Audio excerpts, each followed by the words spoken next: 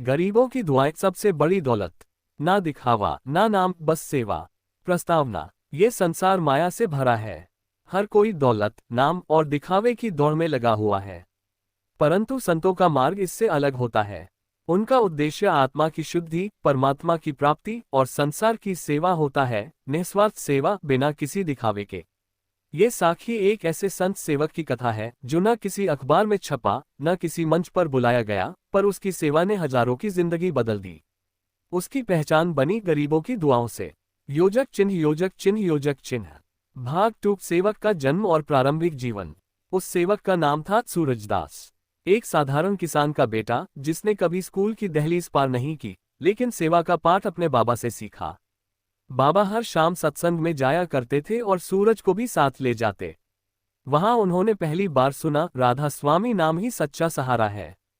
सूरज के मन में सेवा के बीज तभी पड़ गए थे जब उन्होंने एक बार देखा कि उनके बाबा एक वृद्ध महिला के खेत में खुद हल चला रहे थे। सूरज ने पूछा, बाबा, ये हमारा खेत नहीं, फिर क्यों? बाबा ने मुस्कुराकर कहा, बेटा, सेवा वो धन है जो संसार के किसी बैंक में नहीं, परमात्मा के खजाने में जमा होता है। और जब गरीब की दुआ लगती है तो वो खजाना खुल जाता है। योजक चिन्ह, योजक चिन्ह, योजक चिन्ह। भाग 3। सेवा का आरंभ और समाज में बदलाव। जैसे जैसे सूरज बड़ा हुआ, उसने दिखावे की दुनिया को नकारते हुए खुद को सेवा में समर्पित कर दिया। गांव में जो भूखा होता उसे खाना मिलता, जो बीमार होता सूरज उसे अस्पताल तक ले जाता। लोग पूछते, किस संस्था से हो? वो बस इतना कहता, ना कोई संस्था, ना नाम, राधा स्वामी भक्ति में जो सीखा वही कर रहा हूँ। धीरे धीरे गांव में बदलाव दिखने लगे। लोग मिलकर सेवा करने लगे। बच्चों की शिक्षा, वृद्धों की देखभाल, साफ सफाई, ये सब बिना किसी सरकारी योजना के हो रहा था। कारण एक ही, सेवा का भाव, सेवा का विस्तार और समाज में जागृति। सूरजदास अब केवल अपने गांव तक सीमित नहीं रहा। उसकी सेवा की ख्याति बिना प्रचार के ही दूर दूर तक फैलने लगी।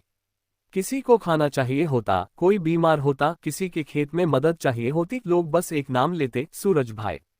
सूरज कहता, यह मेरा काम नहीं, यह मालिक की रहमत है, मैं तो बस माध्यम हूँ। राधा स्वामी सत्संग में जो कुछ सुना था, नाम, भक्ति, सेवा और सच्चा जीवन, उसी को जीवन में उतार लिया था। एक दिन गांव के पास एक बस्ती में आग लग गई। लोग चीखने लगे, बच्चे डर के मारे इधर उधर भागने लगे। सूरजदास सबसे पहले वहां पहुंचा। न अपने खेत की परवाह की, न अपनी जान की। जलते घरों के बीच से वह एक एक बच्चे को खींचकर बाहर निकालता रहा। और जब तक प्रशासन आया, सूरजदास ने दर्जनों जानें बचा ली थीं। बाद में एक पत्रकार आया और पूछने लगा, आपका नाम बताएं ताकि अखबार में छाप सकें। सूरज ने सिर झुका लिया, नाम से क्या होगा, मैं नहीं, सेवा बोलनी चाहिए। पत्रकार ने फिर पूछा, कम से कम संस्था का नाम। सूरज ने मुस्कुराकर कहा, राधा स्वामी, बस। योजक चिन्ह, योजक चिन्ह, योजक चिन्ह। भाग 5। धन की जगह दुआओं का खजाना। एक बार सूरजदास के पास एक अमीर व्यवसाय आया। बोला, आपका नाम बहुत सुना है, मैं एक आश्रम बनवाना चाहता हूँ, करोड़ों खर्च करूंगा, बस नाम मेरा हो। सूरज ने कहा, आपका पैसा आपके पास रहे, अगर आप सेवा करना चाहते हैं तो आइए। एक बीमार बूढ़ी माँ के पैर दबाए। व्यापारी झिझक गया, ये तो मेरे बस की बात नहीं। सूरज मुस्कुराया, तो फिर सेवा नहीं, सिर्फ दिखावा है। सूरजदास ने कभी दान मांगा नहीं, लेकिन फिर भी कभी सेवा रुकी नहीं। लोग खुद ब खुद राशन, दवाइयाँ, कपड़े लाकर रख जाते। किसी को कुछ कहने की जरूरत नहीं पड़ती। कभी कोई गरीब औरत अपने बच्चे का इलाज करवा लेती और हाथ जोड़कर कहती, बाबा, खुदा आपका भला करे। तो सूरजदास यही कहता, तूने दुआ दी है, यही सबसे बड़ी दौलत है, मेरे लिए इससे बड़ी पूंजी क्या होगी। योजक चिन्ह, योजक चिन्ह, योजक चिन्ह। भाग 6। अंत नहीं, एक नई शुरुआत। कोष्टक। सालों की सेवा के बाद जब सूरजदास वृद्ध हुआ, लोग कहने लगे, अब आराम कीजिए। वह हंसता, सेवा में कभी रिटायरमेंट नहीं होती। एक दिन सत्संग में बैठे बैठे वह शांत हो गया, आंखें बंद, चेहरे पर मुस्कान। और वहीं अंतिम श्वास ली। लोग रोने लगे। किसी ने कहा, हमारा मसीहा चला गया। लेकिन तभी सत्संग का बच्चा बोला, वो कहाँ गया, वो तो अब हम सब में है। उस दिन से गांव में हर कोई कुछ न कुछ सेवा करता है। कोई गली साफ करता है, कोई स्कूल में पढ़ाता है, कोई भूखे को खाना खिलाता है। नाम कोई नहीं जानता किसने क्या किया, पर हर जगह लिखा होता है, ना दिखावा, ना नाम, बस सेवा। गरीबों की दुआएं सबसे बड़ी दौलत। नई पीढ़ी, वही सेवा भाव। सूरजदास की सेवा की लौ बुझी नहीं, बल्कि उसके जाने के बाद और तेज हो गई। उसके जीवन से प्रेरित कई नौजवान आगे आए। गांव के ही 3 युवा गोपाल, सरिता और आरिफ, जो सूरजदास की सेवा में बचपन से जुड़े थे, अब उस कार्य को आगे बढ़ा रहे थे। गोपाल ने गांव के बच्चों के लिए एक निःशुल्क पाठशाला शुरू की। सरिता ने महिलाओं के लिए सिलाई केंद्र खोला ताकि वे आत्मनिर्भर बन सकें। आरिफ ने मेडिकल शिविरों की शुरुआत की, जहां हर रविवार को गांव और आसपास के इलाकों से मरीज आते और मुफ्त इलाज पाते। इन सब के केंद्र में सिर्फ एक भावना थी, सेवा में ही सच्चा सुख है और गरीब की दुआ भगवान का रूप। इन युवाओं ने कोई एनजीओ नहीं खोली, ना बैनर, ना विज्ञापन, बस अपने अपने काम में लगे रहे। एक दीवार पर सूरजदास की हाथ से लिखी पंक्तियां लगी थीं। मालिक के नाम पे जो दिया वो कभी घटता नहीं, जो दिखावे में दिया उसका हिसाब जरूर होगा।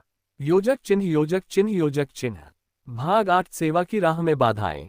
सेवा की राह सीधी नहीं होती। जब इन युवाओं की सेवा की गूंज फैलने लगी, कुछ लालची लोग इसमें अपना स्वार्थ खोजने लगे। एक स्थानीय नेता ने कहा, इतना कुछ कर रहे हो, नाम क्यों नहीं लेते? एक ट्रस्ट बना लो, उसमें हम फंड देंगे। गोपाल ने विनम्रता से जवाब दिया, नाम लेना होता तो सूरजदास जी खुद ही बहुत बड़ा नाम बन सकते थे। हमने उन्हीं से सीखा है, बिना नाम की सेवा सबसे बड़ी होती है। नेता को ये बात नागवार गुजरी। उसने अफवाहें फैलानी शुरू की, ये लोग विदेशी फंड लेते हैं, दिखावा करते हैं। कुछ लोगों का विश्वास डगमगाया, लेकिन सेवा रुकी नहीं, क्योंकि सच्ची सेवा को किसी प्रमाणीकरण की जरूरत नहीं होती। एक दिन एक औरत अपने बीमार बेटे को गोपाल के पास लाए। गोपाल ने तुरंत इलाज करवाया और जब वह ठीक हुआ तो उस औरत ने गले लगाकर कहा, बेटा तू भगवान है मेरे लिए। गोपाल ने मुस्कुराकर कहा, नहीं अम्मा, मैं तो बस सूरज बाबा की राह पर चल रहा हूं।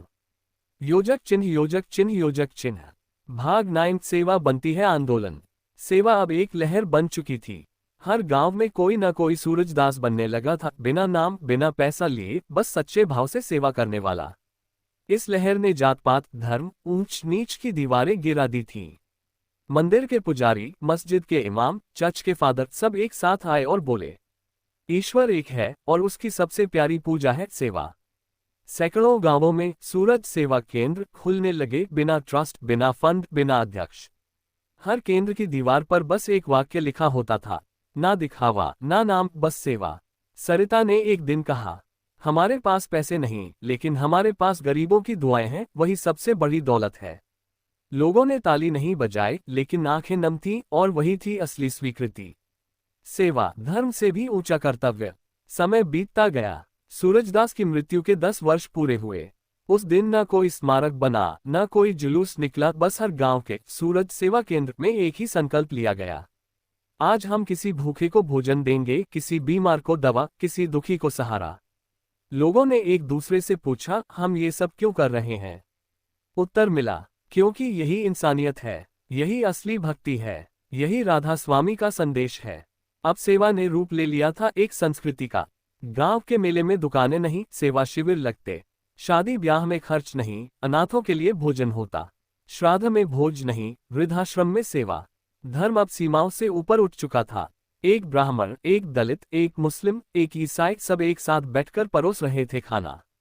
क्योंकि यहाँ ना धर्म है, ना नाम, बस सेवा है। योजक चिन्ह, योजक चिन्ह, योजक चिन्ह। भाग 11। दुनिया ने जाना पर नाम किसी ने नहीं पूछा। सेवा की यह हवा विदेशों तक पहुंची। कुछ पत्रकार आए, डॉक्यूमेंट्री बनाई। पूछा, कौन है इस आंदोलन के पीछे? लोगों ने कहा, सूरजदास। कौन था वो? उत्तर मिला, एक सेवक जो कहता था, ना दिखावा, ना नाम, बस सेवा। पत्रकारों ने कहा, ऐसा तो हमने पहले कभी नहीं देखा। लोग तो नाम के लिए सेवा करते हैं। गोपाल बोला, यहां सेवा खुद अपना नाम है। आपको सरकार से सम्मान क्यों नहीं मिला? आरिफ हंसते हुए बोला, गरीब की दुआ से बड़ा कोई सम्मान नहीं। भाग 12। सेवा की लौ अमर हो गई, साखी का अंत नहीं, संदेश होता है। सूरजदास चला गया, पर वह जिया हर उस हाथ में जो सेवा कर रहा है, हर उस कदम में जो किसी मजबूर के पास चला गया, हर उस दिल में जो बिना नाम लिए किसी की मदद करता है। अब हर साल सेवा दिवस मनाया जाता है। बिना पोस्टर, बिना बैनर, लोग सिर्फ सेवा करते हैं और एक ही वाक्य बोलते हैं, गरीबों की दुआएं सबसे बड़ी दौलत। राधा स्वामी सत्संग में जब ये साखी सुनाई जाती है, लोग आंखें बंद कर लेते हैं और जैसे सूरजदास उनके भीतर से बोलता है, सेवा करो, नाम नहीं, दुआ लो, दाम नहीं।